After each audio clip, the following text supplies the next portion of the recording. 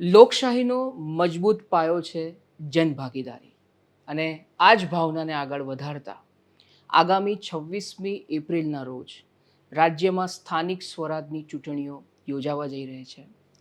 અને એટલું જ નહીં દર્શક મિત્રો, જ્યારે ચૂંટણી પંચ છે ને એ ખૂબ જ તૈયારી કરતું હોય છે, ખૂબ જ મહેનત કરતું હોય છે, ત્યારે રાજ્ય ચૂંટણી પંચની કેવા પ્રકારની વ્યાપક તૈયારીઓ છે આના માટે, ચૂંટણી સફળ શાંતિપૂર્ણ માહોલમાં અને પારદર્શિતાથી કેવી રીતે યોજાય એના માટે રાજ્ય ચૂંટણી પંચ સતત પ્રયત્નશીલ છે અને ખૂબ જ સારી તૈયારી કરી રહ્યું છે. કેવા પ્રકારની તૈયારીઓ છે એના માટે આ બાબતો વિશે અને અલગ અલગ પાસાઓ વિશે વાત કરવા માટે આપણી સાથે ઉપસ્થિત છે રાજ્ય ચૂંટણી commissioner doctor S Muralikrishna sir. આવો એમની સાથે વાત કરીએ. સર, પહેલાં તો દૂરદર્શન સાથે વાત કરવા બદલ આપનો ખૂબ ખૂબ આભાર. નમસ્કાર. પહેલો જ પ્રશ્ન એ થાય કે જે સ્થાનિક સ્વરાજની ચૂંટણીઓ છે, તો સ્થાનિક સ્વરાજની ચૂંટણીઓ કઈ કઈ સંસ્થાઓ માટે યોજાશે? આમ સ્થાનિક સંસ્થા ચાર ટાઈપના હોય છે. એક મહાનગરપાલિકા, નગરપાલિકા, જિલ્લા પંચાયત, તાલુકા પંચાયત. આ તબક્કાએ ગ્રામ પંચાયત પણ છે, પરંતુ અત્યારે એનું ગ્રામ પંચાયતનું ચૂંટણી નથી. આ ચાર તબક્કાનું ચૂંટણી છે. ગુજરાતમાં 17 મહાનગરપાલિકા છે. 17 પૈકી 15 મહાનગરપાલિકામાં અત્યારે ચૂંટણી થાય છે અને 84 નગરપાલિકાઓમાં પણ ચૂંટણી થાય છે. અને જિલ્લા પંચાયત ટોટલ 34 છે. 34માં જિલ્લા પંચાયત ચૂંટણી થાય છે અને તાલુકા પંચાયતથી 263 છે. 263 પૈકી 3નું તો ગયા વર્ષે થયેલ હતી, એટલે જો ટર્મ ચાલુ છે, એટલે હવે 260 તાલુકા પંચાયતનું પણ અત્યારે ચૂંટણી છે. અત્યારે ચૂંટણી બધા એકસાથે એક જ દિવસે બધાનું મતદાન યોજવામાં આવશે. તો સર, બીજો જે પ્રશ્ન છે કે આ વખતે જે 26મી એપ્રિલે મતદાન થશે એમાં કેટલા મતદાતાઓ મતદાનમાં ભાગ લેશે? આજે મતદારોની સંખ્યામાં આવે તો જે આપણું બધાનું ખબર છે, જે તાજેતરમાં ભારત ચૂંટણી પંચે SIR સ્પેશિયલ ઇન્ટેન્સિવ રિવિઝનનું મતદાર યાદીનું જે નવીશરતી જે બધું ચકાસણી કરીને પબ્લિશ કર્યો, એ ભારત ચૂંટણી પંચ ગુજરાત માટે 17/2 પ્રસિદ્ધિ કર્યો. અમે 17/2 એટલે તાજેતરમાં પ્રસિદ્ધ થયેલા મતદાર યાદીનું લઈને અમે અમારા માટે જે સ્થાનિક સંસ્થાને અનુરૂપ બરણી એનું બનાવવામાં આવશે. એ પ્રમાણે બનાવ્યા અને પછી અમે 23મી માર્ચે એનું મુસદ્દા પબ્લિશ કર્યો જાહેર જનતા જોગ માટે. 23મી તારીખે પબ્લિશ કરીને પછી એનું આખરી પ્રસિદ્ધિ 1/4 અમે 1/4/2026 આખરી પ્રસિદ્ધિ કર્યા. એ પ્રમાણે અમારા જે મતદારોની સંખ્યા, કુલ મતદારોની સંખ્યા 4,18,00,000 ઉપરાંત છે. તે પૈકી પુરુષ મતદારોની 2,16,00,000 જેટલા છે અને સ્ત્રીઓની 2,02,00,000 કરતાં વધારે છે. અને ટ્રાન્સજેન્ડરનું, એટલે અધર કહેવાય ટ્રાન્સજેન્ડર, એનું 965 જેટલા છે. અને એ પૈકી કોર્પોરેશનના 1,10,00,000 મતદાર છે. નગરપાલિકાનો 33,00,000 જેટલા મતદારો છે. અને તાલુકા જિલ્લા પંચાયત માટે 2,74,00,000 જેટલા મતદારો આમાં ભાગ લેશે.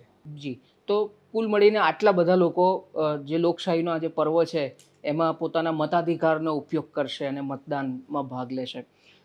ઘણા બધા પ્રશ્નો એવા છે સર કે જે લોકોને મૂંઝવતા હોય છે, તો આપણે એ પ્રશ્નોનું પણ નિરાકરણ કરીએ.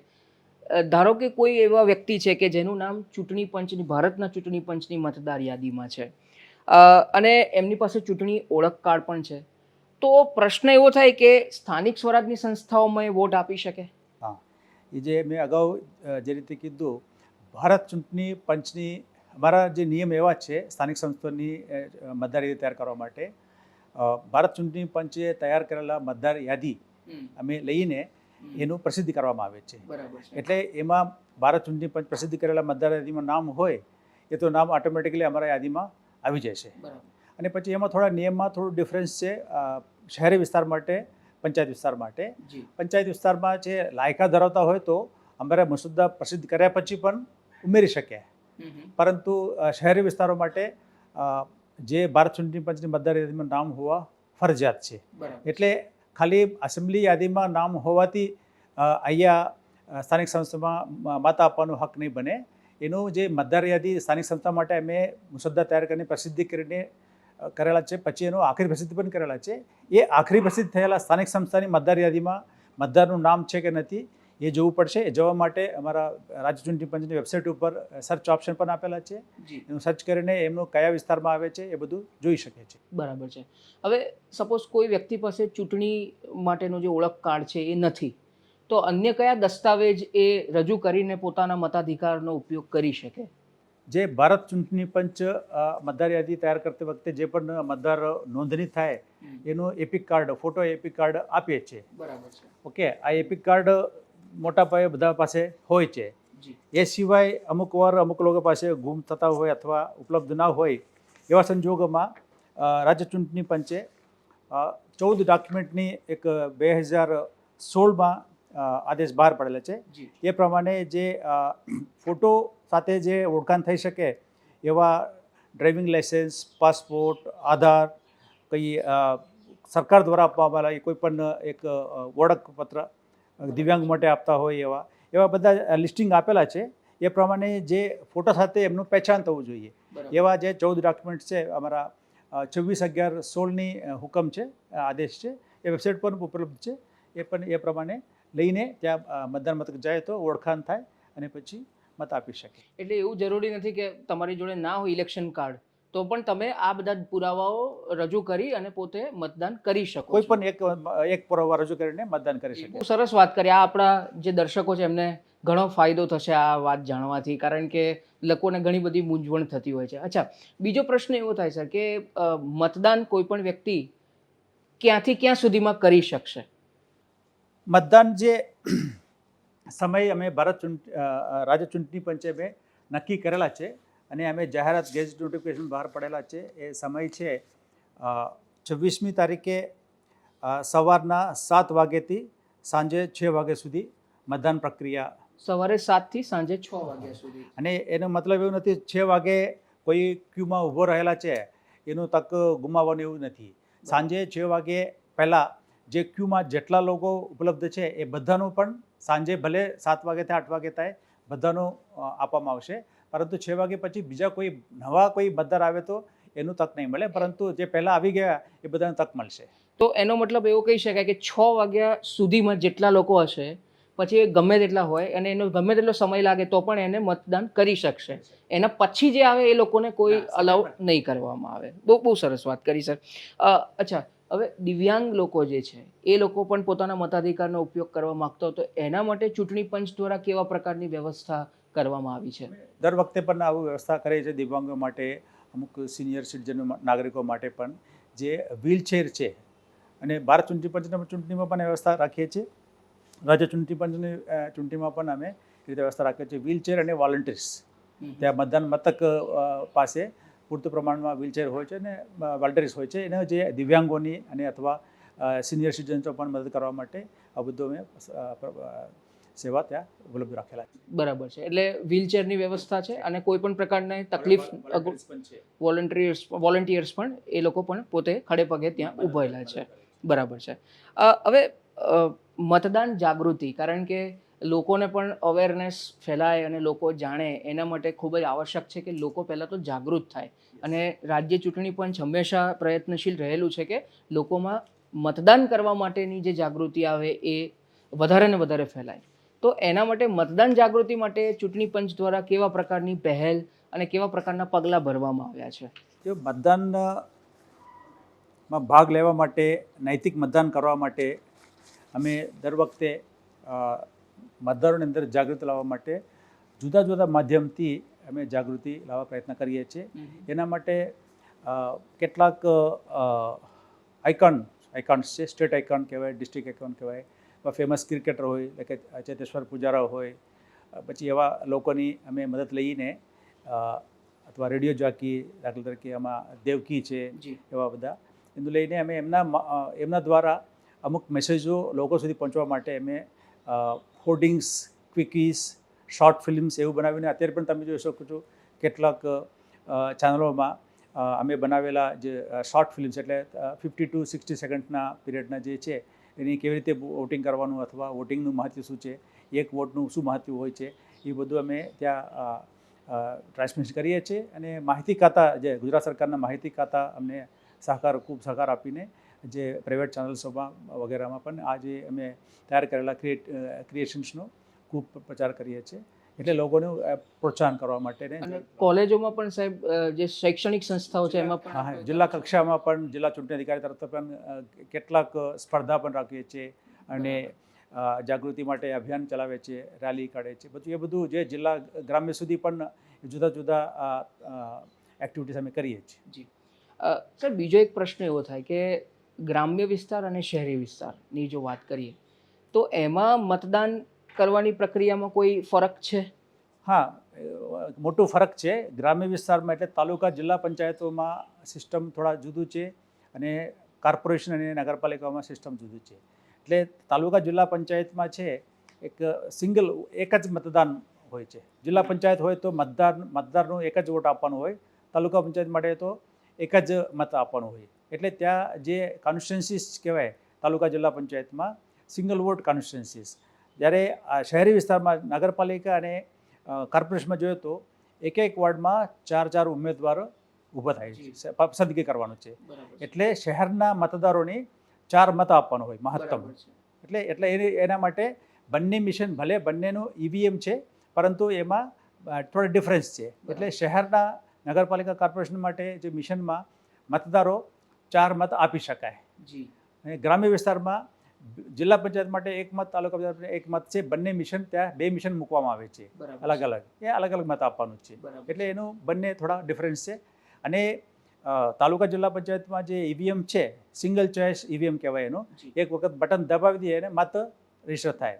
પરંતુ શહેરી વિસ્તારના મિશનો માટે 4 મત આપવાનું છે ને મહત્તમ 4 મત આપવાનું છે. કોઈનો 1 જ આપવાનું, 2 આપવાનું તો આપી શકે, મહત્તમ 4 મત આપી શકે.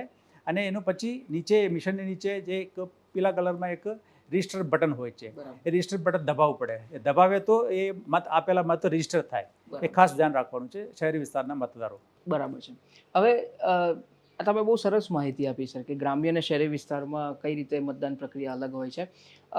જો કોઈ નવો મતદાર હોય એને વોટિંગ કરવું હોય તો એ કેવા પ્રકારની પ્રક્રિયા હોય છે એના માટે? જે નવા મતદાર એવું હવે માનીએ છીએ એને સ્થાનિક સંસ્થાની મતદાર યાદીમાં એમ નામ આવી ગયા, એમની પાસે ઓળખ માટે એપિક કાર્ડ હોય અથવા અન્ય જે ચૂંટણી પંચે નક્કી કરેલા 14 ડોક્યુમેન્ટ પૈકી કોઈ પણ એક ડોક્યુમેન્ટ હોય છે, એ લઈને જે નજીકની એમના વિસ્તારના જે મતદાર મથકમાં જવું પડે. એ કયા મતદાર મથકો પર એમનું મત છે એ પણ અમારા રાજ્ય ચૂંટણી વેબસાઇટ ઉપર જઈને એ સર્ચ કરી શકે.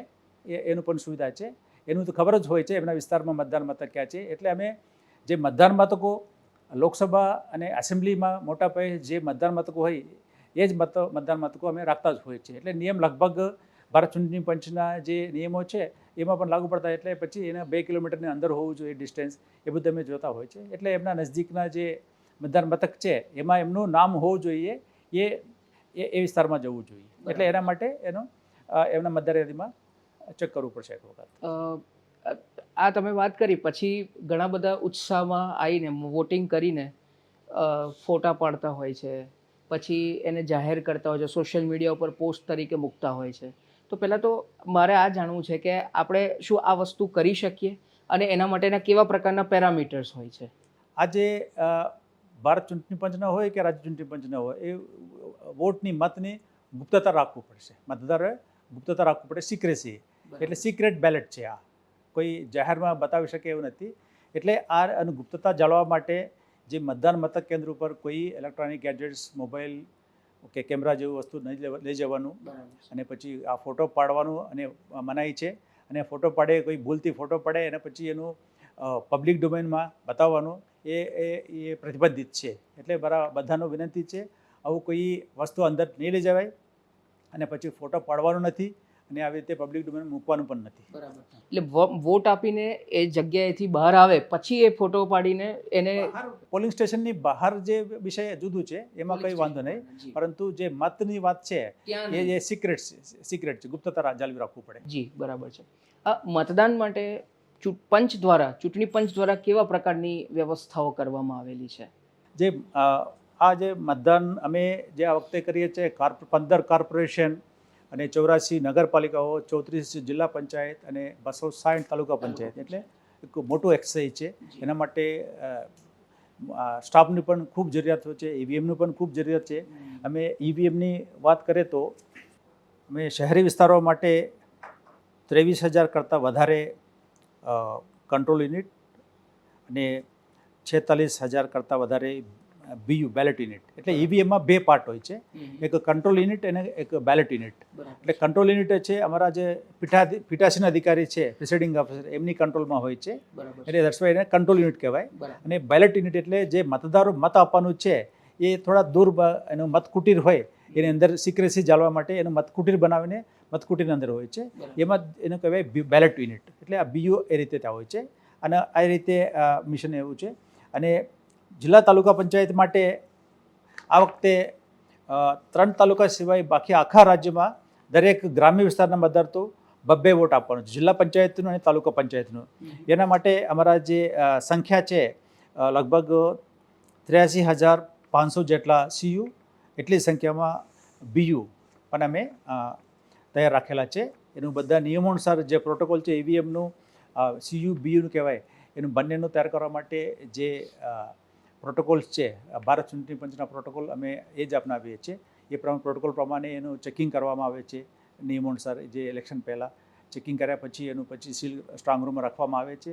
પછી જ્યારે આ ઉમેદવાર નક્કી થાય ત્યારે એનું કેન્ડિડેટ સિટિંગ કરવાનું, એને કમિશનિંગ કહેવાય. એનું કેન્ડિડેટ અલગ અલગ કોન્સ્ટિટ્યુન્સીમાં અલગ અલગ સંખ્યા હોય, નામ હોય, એનું બધા ગોઠવણી કરીને એનું બધા કેન્ડિડેટની હાજરીમાં, એટલે એનું જોઈ શકે લોકો, એવું એમને જાણ કરીને, ભલે આવે કે નહીં આવે, બટ એમના હાજરીમાં કમિશન તૈયાર કરીને એ રીતે આ સ્ટ્રોંગ રૂમ રાખીને પછી પોલિંગના એક દિવસ પહેલાં પોલિંગ પટિશન આપવામાં આવે છે. બરાબર છે. અને આ ઈવીએમની વાત એ છે. અને સ્ટાફની વાત કરીએ તો લગભગ 2,60,000 કરતાં વધારે પોલિંગ સ્ટાફ એમાં ઉપયોગમાં લેવામાં આવે છે.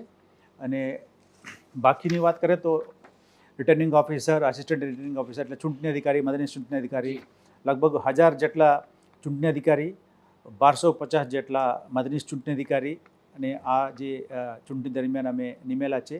અને કુલ બેઠકો છે 10,000 કરતાં વધારે બેઠકો છે. એ જે સીટો કહેવાય, વોર્ડ સીટ બધા ભેગું કરીને. એમાં બ્રેકઅપમાં જાય તો મહાનગરપાલિકાઓની જે સીટોની સંખ્યા છે 1,044 છે, નગરપાલિકાની 2,624 સીટો છે, અને થોડા પેટા ચૂંટણી પણ છે એમાં 13 સીટમાં નગરપાલિકાઓની. અને જિલ્લા પંચાયતનું 1,090 સીટ છે, અને તાલુકા પંચાયતના 5,234. એ કુલ મળીને 10,000 કરતાં વધારે સીટો કોન્સ્ટિટ્યુન્સી, એટલા કોન્સ્ટિટ્યુન્સીસમાં. એટલે આટલા કોન્સ્ટિટ્યુન્સી હોય, અમે દરેકના એક આરઓ રાખતા નથી. એટલે નાના નાના કોન્સ્ટિટ્યુન્સી હોય, અમે થોડા ગ્રુપિંગ કરીને ચૂંટણી અધિકારીઓને નિમીએ છીએ. સર, તમે જે આ બધી અધિકારીઓની વાત કરી, આટલા ઓબ્ઝર્વર, પ્રિસાઇડિંગ ઓફિસરો, હવે સ્વાભાવિક છે કે એ લોકોને પણ તમે તાલીમ આપી હશે. તો એ કેવા પ્રકારની તાલીમ હતી, અને જેથી એક આટલું મોટું જે લોકશાહીનું પર્વ છે એ સંપન્ન થઈ શકે સફળતાપૂર્વક? જે રિટર્નિંગ ઓફિસર અને આસિસ્ટન્ટ રિટર્નિંગ ઓફિસર, ચૂંટણી અધિકારી, મદદનીશ ચૂંટણી અધિકારી માટે અમે એક અલગ ટાઈપનું ટ્રેનિંગ આપીએ છીએ. એના માટે અમે સ્ટેટ લેવલ, ડિસ્ટ્રિક્ટ લેવલ અમારા પાસે માસ્ટર ટ્રેનર્સ છે. જે અમારા ઓફિસર્સ જ છે, ડિપ્ટી કલેક્ટર્સ છે, ક્લાસ 1 ઓફિસર્સ એવા છે. બટ એ લોકો વર્ષોથી આ ચૂંટણી કામગીરી જોડાયેલા છે, એટલું બધા કાયદા કાનૂન જાણકાર હોય એવા લોકોને અમે પહેલાં અહીંયા ચૂંટણી પંચમાં આ સ્ટેટ લેવલ માસ્ટર ટ્રેનર્સ તાલીમ આપીએ છીએ. એ સ્ટેટ લેવલ માસ્ટર ટ્રેનર્સ જિલ્લા કક્ષાની માસ્ટર ટ્રેનર્સની તાલીમ આપે. પછી એ લોકો રિટર્નિંગ ચૂંટણી અધિકારી, મદદનીશ ચૂંટણી અધિકારીની તાલીમ આપે. એ અમારા મેઇન ટ્રેનિંગ આ છે. પછી પોલિંગ સ્ટાફનું કામગીરી જુદું છે, ચૂંટણી અધિકારી કામગીરી જુદું છે, પોલિંગ સ્ટાફનું જુદું છે. પોલિંગ સ્ટાફ માટે અમે 2 તબક્કામાં ફરજિયાત ટ્રેનિંગ કરીએ છીએ. એ 2 તબક્કાનું ટ્રેનિંગ પતી ગયો, અને અમુક જિલ્લાઓમાં ત્રીજી તબક્કાનું પણ તાલીમ કરતા જ હોય છે. એ એક દિવસ પહેલાં જે ડિસ્પેચ થાય, તે ડિસ્પેચના દિવસે પણ એક ત્રીજો ટ્રેનિંગ પણ એક રાખતા જ હોય છે. એવા લગભગ 3 ફેઝમાં ટ્રેનિંગ પોલિંગ સ્ટાફનું કરીએ છીએ. બરાબર છે. સર, તમે બહુ જ મહત્ત્વની બધી વાતો કરી, વિશદ છણાવટ કરી આખી ચૂંટણી પંચની કેવી તૈયારીઓ. અંતમાં જો આપ કહો કે દૂરદર્શનના માધ્યમથી અમારા દર્શકોને આપ શું સંદેશ આપવા માગશો? દર્શકોની મારા વિનંતી છે કે અમે શાંતિપૂર્વક મતદાન માટે 26મી તારીખે બધી વ્યવસ્થા કરેલા છે. અને ગરમી છે, પરંતુ ગરમીનું પણ થોડા ઓછું કરવા માટે અમે તંત્ર દ્વારા, ચૂંટણી પંચ દ્વારા ત્યાં છાંયડાની વ્યવસ્થા, પીવાનું પાણી અને ORS પેકેટ્સ અને એમરજન્સી મેડિસિન્સ અને જરૂરત પ્રમાણે મેડિકલ ટીમ્સ, એ બધું વ્યવસ્થા ગરમીને ધ્યાનમાં રાખીને કરવામાં આવેલ છે. અને બાકી બધા જે ચૂંટણી માટે જે યોજના કરવાનું છે અમે બધું તૈયાર કરેલા છે. મારા બધાનો વિનંતી છે, શહેરી વિસ્તારોમાં, ગ્રામ્ય વિસ્તારોમાં મતદારો સવારે થોડા વહેલા જઈને મત આપે, એટલે થોડા પછી તડકો જોઈ ગરમીથી થોડા બચાવ થઈ શકે. અને સાંજે પણ જે પણ ક્યુમાં હોય, એટલે પોલિંગ અવર્સ બંધ થતાં પહેલાં એ બધાનો તક મળશે. એટલે એ પૂરા એ જે વ્યવસ્થા કરેલા છે એનું બધાને વિનંતી કરું છું, ખૂબ મોટા પાયામાં મતદાન કરીને લોકશાહીના આ પર્વનું માનવીએ એવું મારા વિનંતી છે. સર, આપે આ દૂરદર્શનના આ કાર્યક્રમમાં ખૂબ જ રસપ્રદ વાત કરી, અને મને આશા છે કે તમે જે આ સંદેશ આપ્યો છે એનાથી જે આપણા મતદાતાઓ છે, આપણા જે નાગરિકો છે, એમને અવશ્ય એક પોઝિટિવ મેસેજ જશે, અને એ પણ આ લોકશાહીના પર્વમાં ઉત્સાહથી ભાગ લેશે અને પોતાના મતાધિકારનો ઉપયોગ કરશે. ફરીથી આપનું દૂરદર્શન સાથે વાતચીત કરવા બદલ ખૂબ ખૂબ આભાર માનું છું સર. તો દર્શક મિત્રો, આ હતા રાજ્ય ચૂંટણી કમિશનર ડૉક્ટર એસ મુરલીકૃષ્ણન સર, કે જેમણે તમામ પાસાઓ, મતદાન જે થવાનું છે આગામી 26મી એપ્રિલના રોજ, એના સંદર્ભમાં ચૂંટણી પંચ કેટલું સજ્જ છે એની વાત કરી છે. અને દર્શક મિત્રો, એક વસ્તુ એ પણ છે કે તમારો એક મત એ તમારા ક્ષેત્રના વિકાસની એક નવી દિશા નક્કી કરે છે. એટલે આ દૂરદર્શન પણ એ જ અપીલ કરી રહ્યું છે કે પોતાના મતાધિકારનો અવશ્ય ઉપયોગ કરો. આ વિચાર સાથે મને રજા આપશો. નમસ્કાર.